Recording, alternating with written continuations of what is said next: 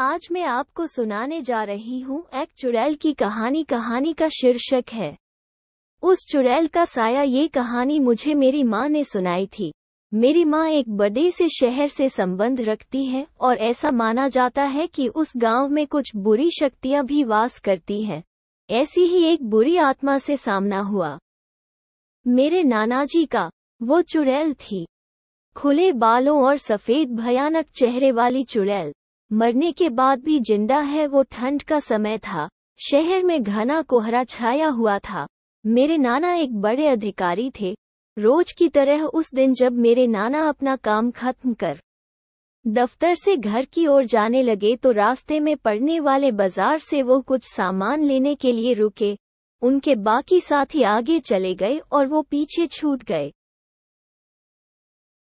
यह सामान लेते लेते उन्हें टाइम का पता ही नहीं चला और जब नानाजी ने अपनी घड़ी देखी तो टाइम देखकर उन्हें लगा कि आज घर पहुंचने में बहुत देर हो जाएगी।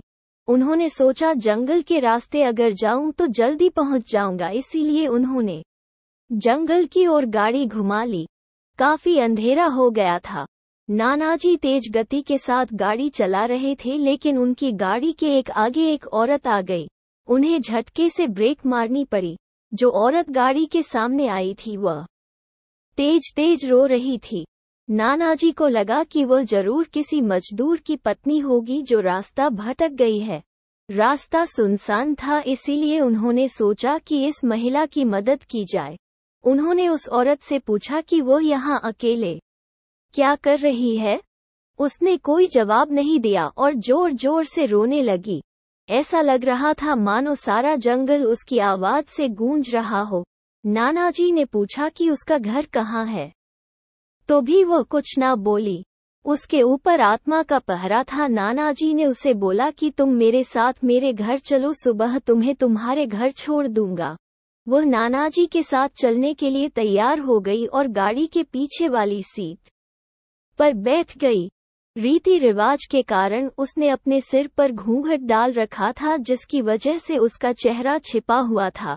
गाड़ी पर सब नानाजी का इंतजार कर रहे थे। जैसे ही गाड़ी की आवाज आई सब भागकर इकट्ठा हो गए। फिर उसे हर रात वो चीख सुनाई देने लगी। जब उस महिला के बारे में घर में पूछा गया तो नानाजी ने सारी कहानी बताई।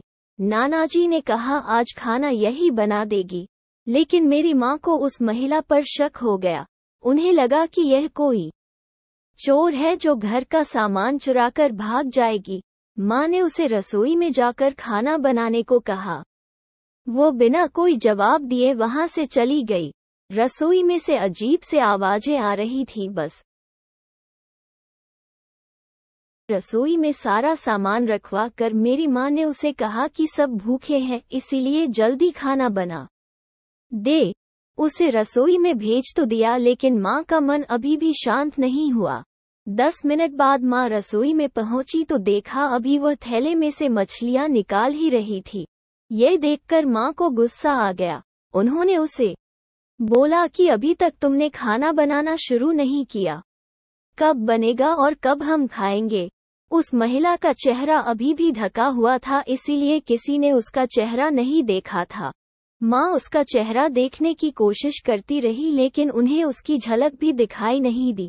माँ ने कहा कोई जरूरत हो तो बुला लेना, लेकिन फिर भी वो कुछ नहीं बोली।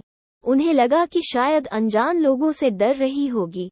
माँ रसोई से चली गई, लेकिन जब 10 मिनट बाद वो फिर वापस आई तो रसोई का दृश्य देखकर माँ डर गई। उनके पैर जैसे वही जम गए। उनके गले की आवाज नहीं निकल रही थी।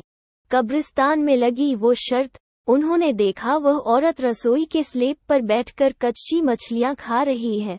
सारी रसोई में हड्डियां और मांस के टुकड़े बिखरे पड़े हैं। उसके सिर का घूंघट भी उतरा हुआ था। उसका चेहरा बेहद खौफनाक था। बाल बहुत बड़े और नाखून एकदम काले। वो मछलियां खाने में मगन थी, इसीलिए उसका ध्यान माँ पर नहीं गया।